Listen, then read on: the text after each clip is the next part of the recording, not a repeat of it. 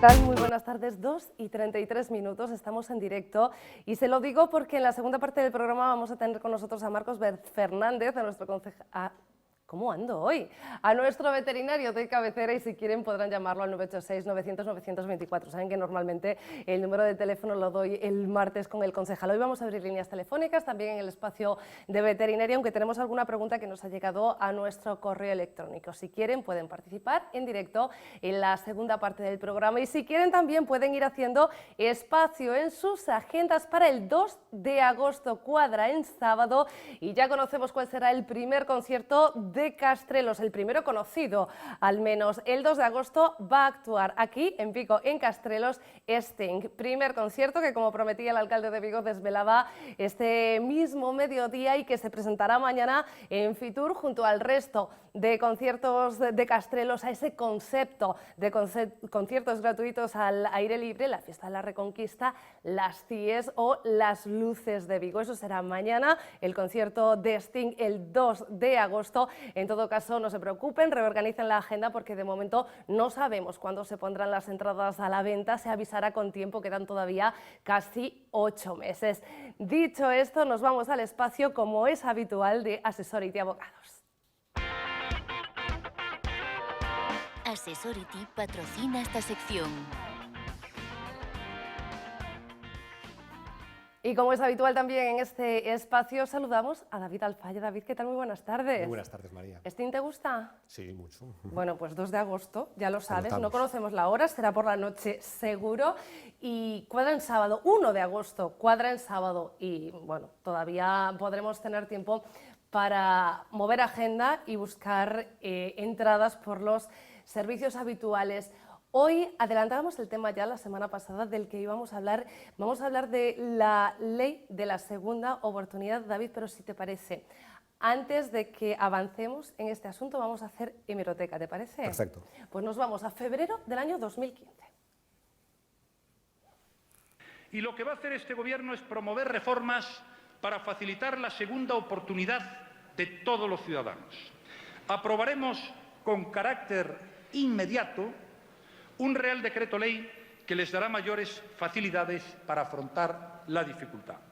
Las familias van a poder, a partir de ahora, lograr una reestructuración de sus deudas mediante un acuerdo extrajudicial de pagos. Esto es hemeroteca, es febrero del año 2015. Nos íbamos a esas declaraciones de Mariano Rajoy cuando anunciaba el inminente decreto ley de algo que yo no sé si es ya una, bueno, que sé que es ya una realidad, pero no sé, David, hasta qué punto está funcionando y si la gente lo conoce. Pues sí, en el 2015 precisamente fue cuando se aprobó la ley de la segunda oportunidad para conseguir las situaciones de deudas, poder cancelar todas las deudas previo a un acuerdo, un intento de acuerdo con los acreedores. Y la verdad es que 5 años después es muy desconocida la ley de segunda oportunidad.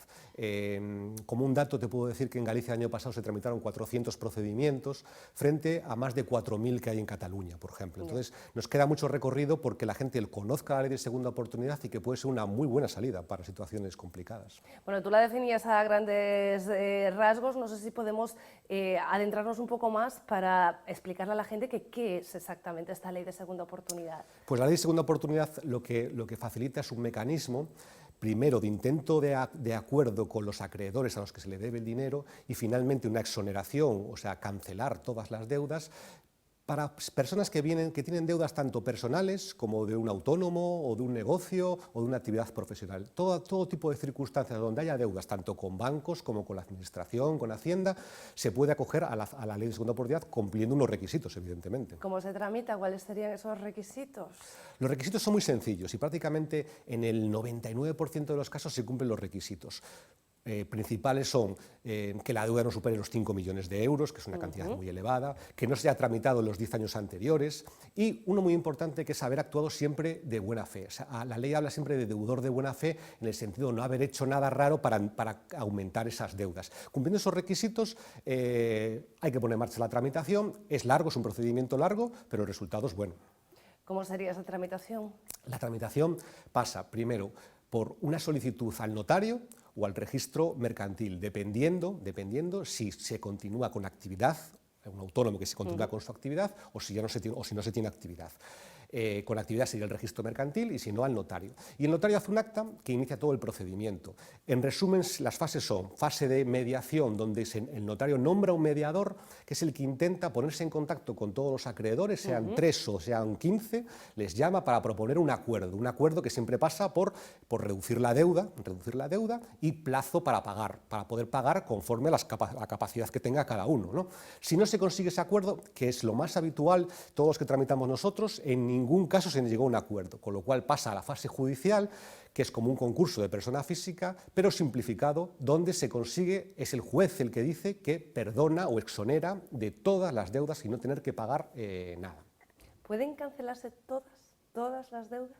Todas las deudas, con un matiz que todavía está cuestionándose. La ley habla de que las deudas con Hacienda y con la Seguridad Social se pueden cancelar o exonerar hasta el 25%, solamente el 25%. Pero el Tribunal Supremo en una sentencia del año pasado yo lo amplió hasta el 70%. O sea, estamos hablando de que deudas con acreedores privados, con bancos, el 100%, y con la Administración puede hasta el 70%. O sea, sería prácticamente una cancelación de todas las deudas. Eso sí, con un carácter provisional. La ley establece que durante 5 años ese carácter provisional significa que, claro, que si en esos 5 años nos toca la lotería, recibimos una herencia, entonces se anularía, pero no es lo habitual.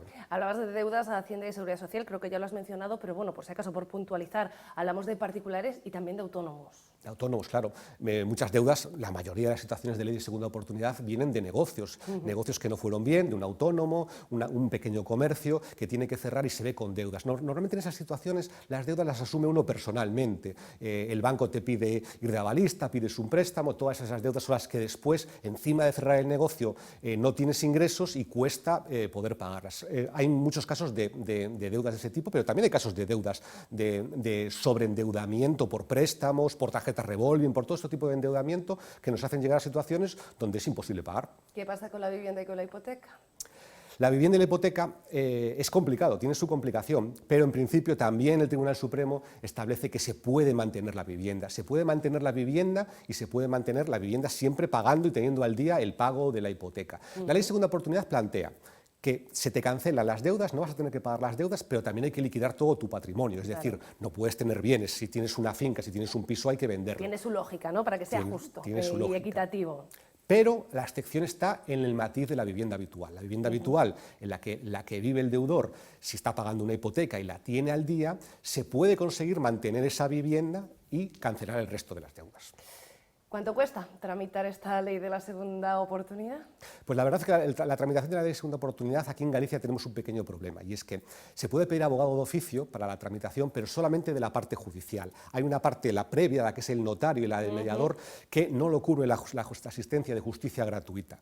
Entonces, esa parte es la que se puede hacer. Lo recomendable es de alguien que tenga experiencia, un abogado que pueda tramitar en esos primeros pasos, pero también lo puede hacer una persona física de forma individual acudiendo al notario.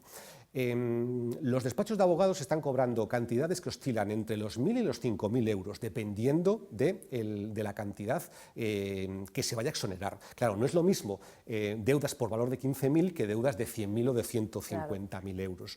Y hay que tener en cuenta una cosa muy importante. Con el inicio de la ley de segunda oportunidad se deja de pagar todas las deudas. O sea, es decir, si pagábamos al mes 300 de un préstamo del coche, 250 de una tarjeta, otro préstamo personal o cualquier cosa, todo eso automáticamente se paraliza el pago.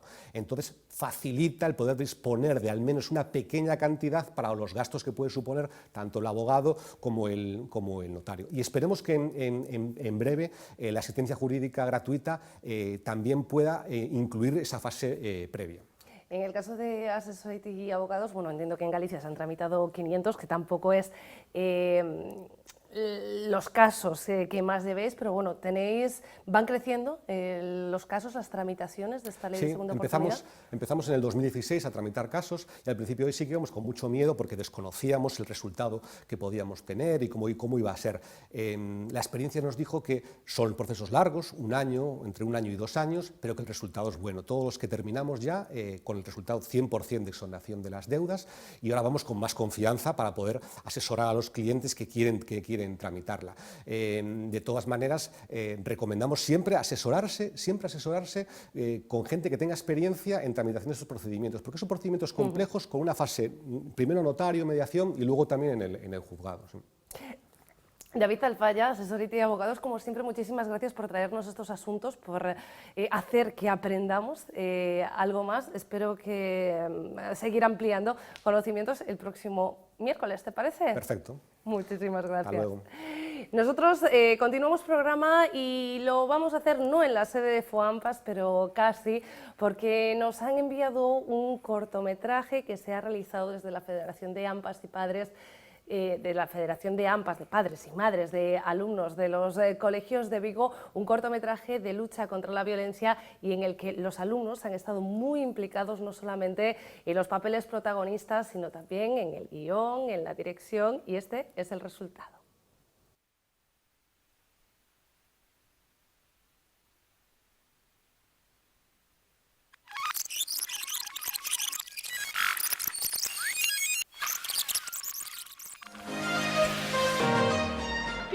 Tiña moitísimas ganas de ver esta película coas miñas amigas. Pois mira, Rea, eu non tiña moitas ganas de ir a casa, pero facíame moita ilusión verte. E agora vas a te piras coas túas amigas. E que verdadeiramente parece que o pasas mellor con elas que comigo. E non pasamos nada de tempo xuntos. É que xa temos as entradas mercadas e todo. Nenas! Pero que merda de saúdo ese? Parecedes unhas niñatas da miña merda. Non me gusta nada que quedes con elas, vamos. Pero que dices son as miñas amigas de toda a vida? Vamos!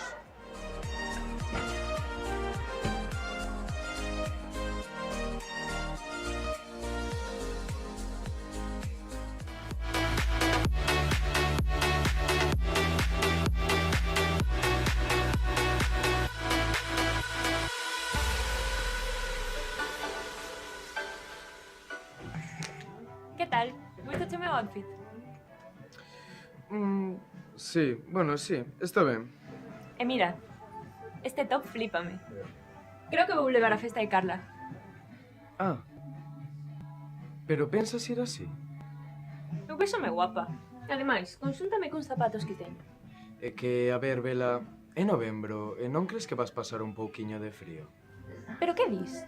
A min gústame. Ou vas así para chamar a atención dos teus amiguitos? Pois mira, a mí pareceme que te fai gorda e non consunto absolutamente nada. Ti crees? Si, o mellor tes razón. Non o levo, non?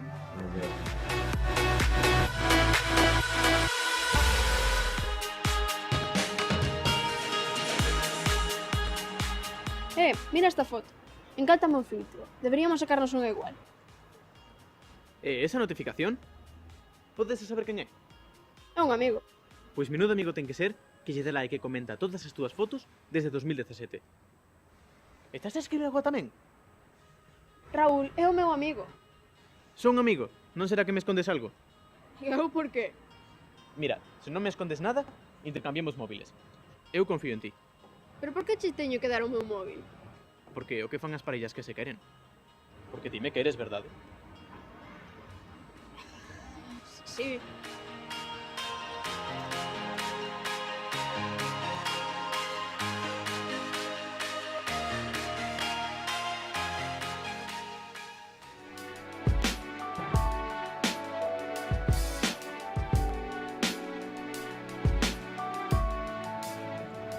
Veña, Rubén, que non quero chegar tarde a baile, que hai moito que non vou aos ensaios. Pero faz por min, non? Porque me queres. Con todo o que teño en riba últimamente, prefiro pasar máis tempo contigo. Realmente tes que ir? Home, hai un mes que non vou a clase por estar contigo. E xa sabes que o baile é moi importante para min. Se non aparezose pola clase, vame botar. Veña. E tan malo sería iso? Digo por nós. Se non vas a baile, poderíamos pasar máis tempo xuntos. Non o farías por mí? Porque me queres. Bueno, se é por pasar máis tempo xuntos.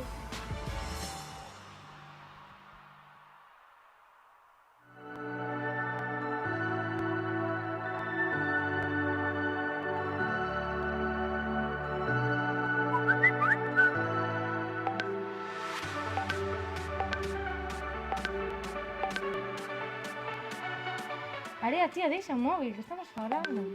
Raúl, que está preocupado. Preocupado o carallo. Eu flipo. Veña, rapazas, unha foto pa Raúl. Que?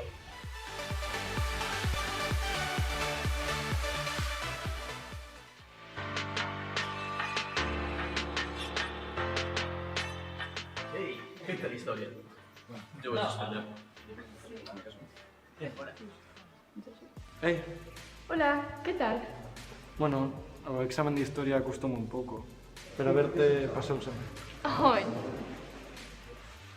Que vas a facer hoxe? pois que di coas nenas, como todos os venres. Ah, con elas.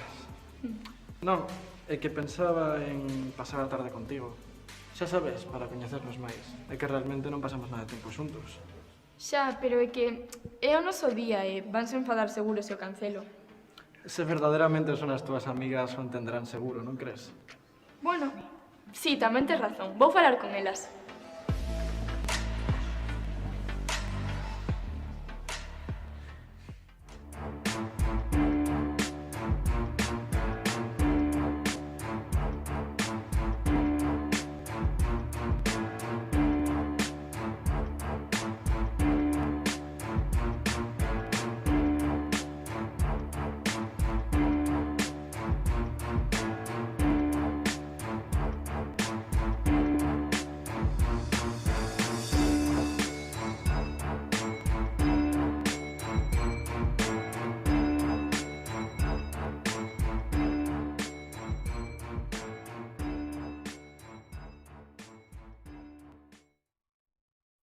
Lo prometido es deuda, abrimos líneas telefónicas 986-900-924 en caso de que tengan alguna duda relacionada con su animal de compañía, sobre la veterinaria en general, porque tenemos aquí un experto, Marcos Fernández. ¿Qué tal? Muy buenas tardes. Buenas tardes, María. Bienvenido. Gracias.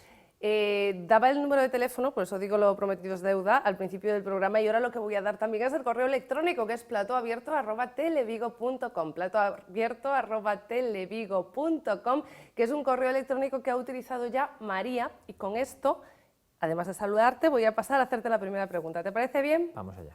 Dice que tiene una perra de 10 años con un tumor de mama bastante grande, que le han dicho que debe operarla, pero pregunta si es realmente necesario castrarla al mismo tiempo.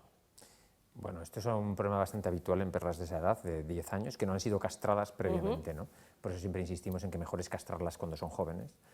En el momento de la cirugía no es que sea estrictamente obligatorio, si van a quitarle el tumor de mama, no es obligatorio que la castren al mismo tiempo, obligatorio no es, pero sí es recomendable, porque hay tumores de mama que son dependientes de las hormonas y cuando tenga nuevos ciclos puede tener reactivaciones, o porque además estas perras mayores que no han sido castradas tienen más facilidad para tener problemas en el útero o en el ovario. Entonces es un poco absurdo que pase por quirófano que no se solucionen los dos problemas al mismo tiempo, ¿no? Yo creo que es lo más recomendable es hacer la cirugía al mismo tiempo. Que entiendo que es lo que le han recomendado ya Marina. 986-900-924, en caso de que tengan alguna pregunta que quieran hacer en directo, platoabierto@televigo.com, en caso de que prefieran hacerlo por escrito, no se preocupen, porque Marcos Fernández lo responderá el próximo miércoles. Marcos, que me han dicho que has estado bailando con gatos este fin de semana. ¿Cómo? No era, literal no era. ¿No era literal? No, era un... No sé, a mí me han dicho Marcos Fernández, pie de foto, bailando con gatos. Tenemos alguna foto por ahí, creo, de un congreso de este fin de semana. Sí, era un congreso muy original que se hizo pues, cerca de aquí, en Orense, unos compañeros de un hospital veterinario que organizaron un congreso de medicina felina y el título era Bailando con gatos, aunque bailar, yo no bailo nunca mucho, pero sí que estuvo muy interesante con grandes ponentes de nivel nacional como Marisa Palmero hablando pues, de medicina felina, ¿no? Bueno, no es que desestrese bailar con gatos, ¿no? No. Como las terapias con caballos pero o con me consta perros. que la cena que hubo luego del congreso sí terminó con baile, o sea que sí que hubo quien bailó. ¿No tenemos documentos gráficos No. de todo esto? ¿No se ve a Marcos Fernández bailando después? No. No. Hablando de congresos o de talleres, sé que también ayer en Santiago había un taller, y ojo que esto es importantísimo, sobre excelencia en la comunicación en consulta. Estamos hablando de veterinarios en este momento, pero yo creo que la importancia de este asunto y esta cuestión se debería llevar también a gabinetes médicos, porque a veces es lo que falta, ¿no? La comunicación y que el paciente o el dueño del paciente entienda Sí. qué es lo que está pasando, qué va a pasar y cómo hay que actuar, ¿no? De hecho, esto que ayer poníamos en práctica bastantes veterinarios de Galicia, éramos como, no sé, 50 compañeros, es algo que viene de medicina humana, Sí. porque se ha visto que hay una falta de comunicación o que hay una mala comunicación con el paciente y que eso lleva a que muchas veces haya malentendidos, luego haya reclamaciones, denuncias y una mala praxis al final, ¿no?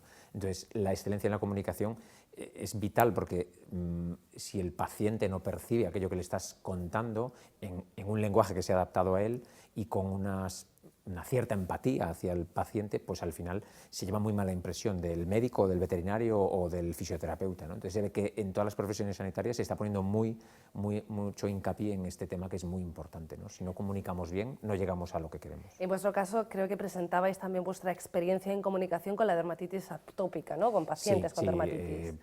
Dentro de ese taller, pues a mí me invitaron para hablar un poco de cómo pues abordamos un paciente con dermatitis atópica y cómo comunicamos con el cliente que ese paciente tiene una enfermedad crónica que va a ser para toda la vida y que es algo que muchas veces es difícil que el dueño de ese animal pues entienda, ¿no? Y que hay que asumir que a veces hay enfermedades que aunque no curemos, sí podemos darle pautas para que lo lleven mejor durante toda su vida sin dar tantos problemas, ¿no? Y entiendo que es importante en la medicina general, en la medicina para humanos o en la veterinaria, también esta excelencia en la comunicación, porque el éxito del tratamiento depende que se aplique bien, y si salimos sin entender demasiado, que muchas veces ocurre, ¿no? Esto había que tomarlo 3 o 4 veces, será por la mañana o por la tarde, después de desayunar. Antes hay determinados tratamientos, sobre todo para enfermedades así crónicas, que exigen hacerlo todo bien y hacerlo todo en el momento adecuado y en el orden adecuado. Sí, hay ¿no? que intentar simplificar las cosas para que al propietario, en este caso, o al paciente, si eres tú el paciente,